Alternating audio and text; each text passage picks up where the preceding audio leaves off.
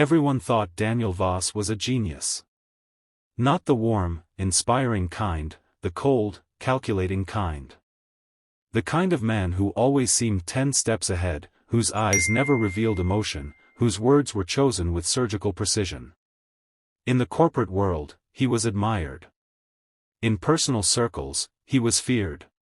People called him the psycho who planned everything. And honestly, it wasn't far from the truth. Daniel didn't believe in chance. Every meeting, every conversation, every decision. He planned it all. He mapped outcomes in his head like a chessboard. Even friendships, if he had any, felt more like strategic alliances. But no one knew why he was like this. Not until the day everything began to unravel.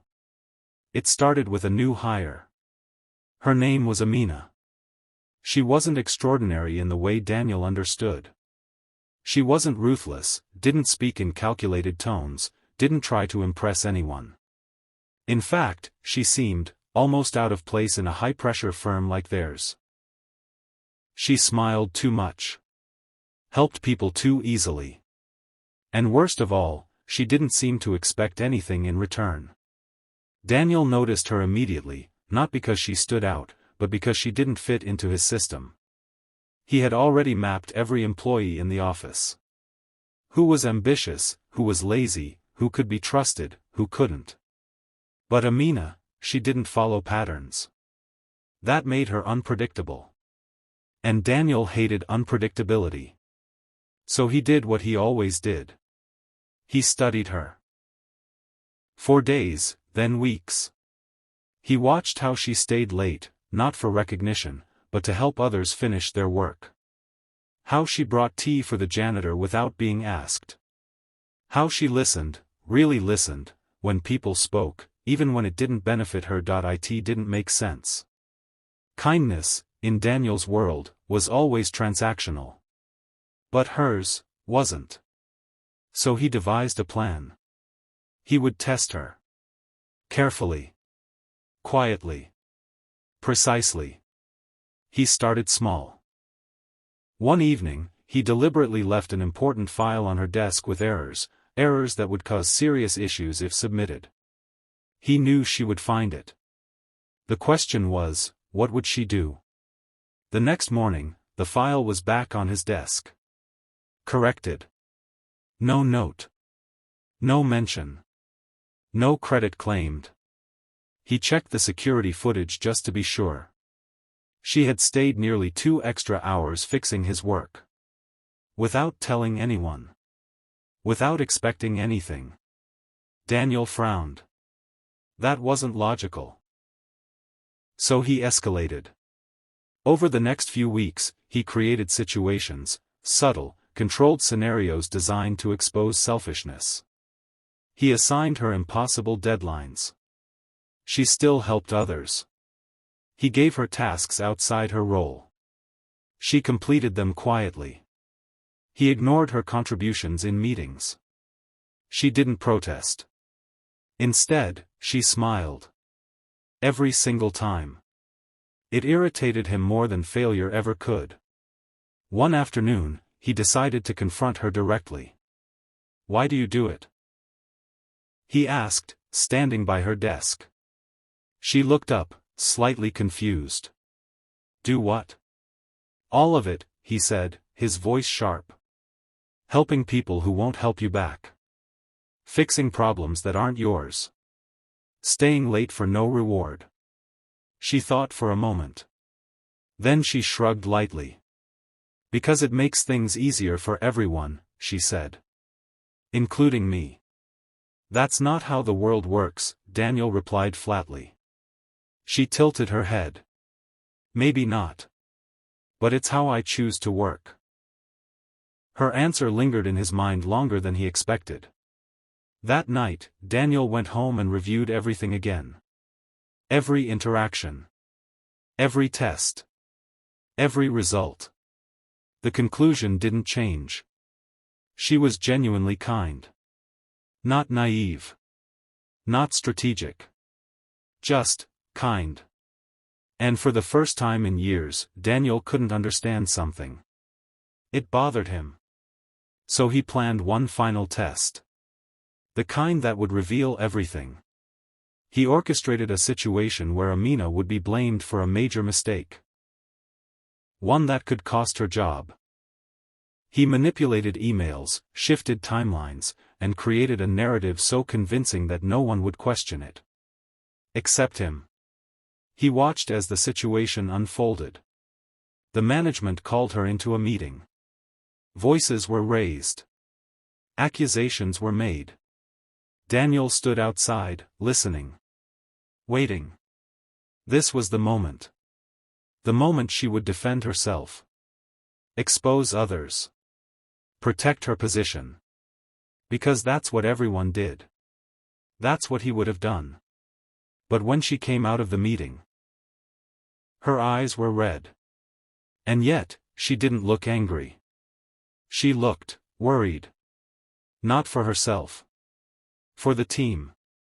She didn't mean to push all that work on me, Amina was saying to a colleague softly. I think she was just overwhelmed. Daniel froze. She wasn't even defending herself. She was protecting someone else. Even now. Even when it could cost her everything. Something cracked inside him.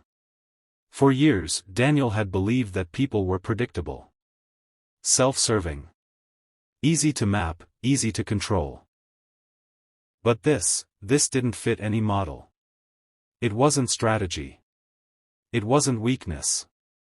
It was something else entirely. That night, Daniel didn't sleep.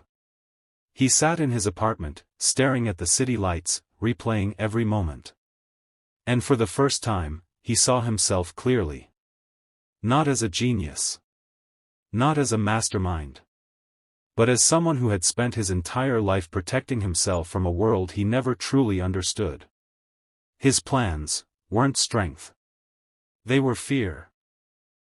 The next morning, he did something no one expected. He walked into the office early. Accessed the system and reversed everything. Every manipulated email. Every altered timeline. Then he walked straight into the manager's office. I made a mistake, he said calmly. The truth came out. Not partially. Not strategically. Completely, the consequences were immediate. Reputation damaged. Trust broken. But Daniel didn't try to fix it. For once, he didn't have a plan. Later that day, he found Amina sitting quietly at her desk. She looked up, surprised. You didn't have to do that, she said softly. Yes, I did, he replied. There was a pause. Then he added, I thought I understood people. I thought everything was predictable. But he shook his head slightly. You don't make sense. She smiled gently. Maybe not everything needs to make sense. He hesitated, then asked something he had never asked anyone before. How do you do it? Do what? Stay kind, he said. Even when it hurts. She looked at him for a long moment. Because someone has to, she said. And because, sometimes it changes things. Daniel didn't respond. But something in him shifted. Slowly. Subtly. But permanently. Over the next few months, people began to notice changes. Daniel still planned. Still analyzed. But he started leaving room for something else. He listened more. Interrupted less. Helped, quietly, without recognition. Not because it was efficient. But because, he wanted to understand. And maybe, in his own way, to become something different. The office still whispered about him. They still called him, the psycho who planned everything. But they didn't see the small moments. The quiet choices. The subtle acts of kindness that didn't fit his old patterns. And Daniel didn't correct them. Because for the first time in his life, he wasn't trying to control the narrative. He was learning to live without one. And somehow, that felt like the most unpredictable, and most human thing he had ever done.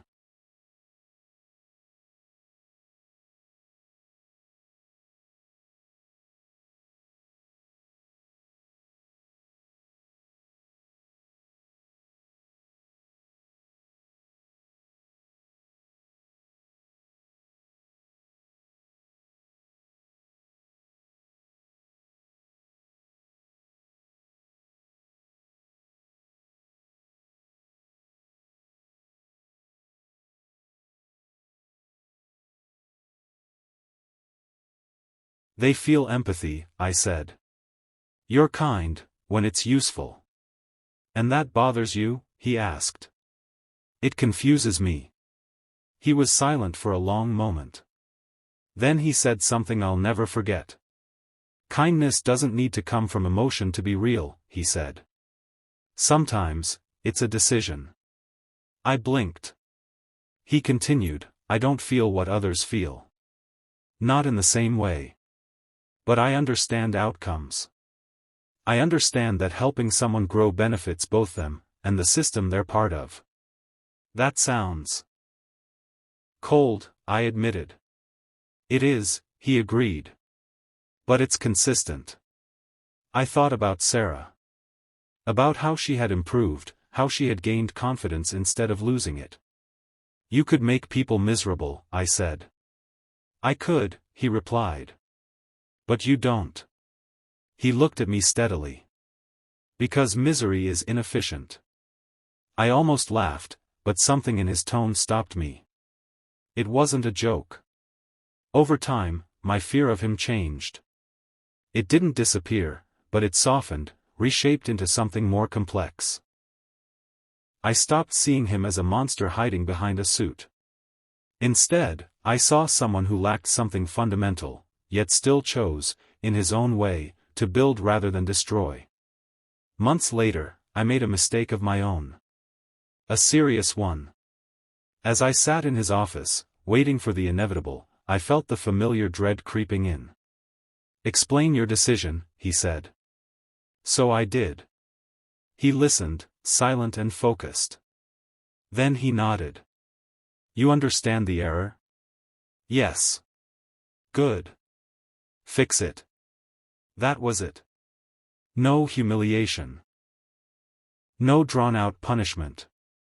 Just, a chance to do better.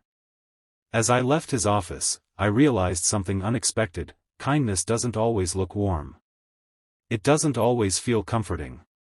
Sometimes, it's quiet, controlled, even unsettling. Sometimes, it comes from someone who doesn't feel it at all. But if it helps you grow, if it gives you a chance to become better than you were yesterday,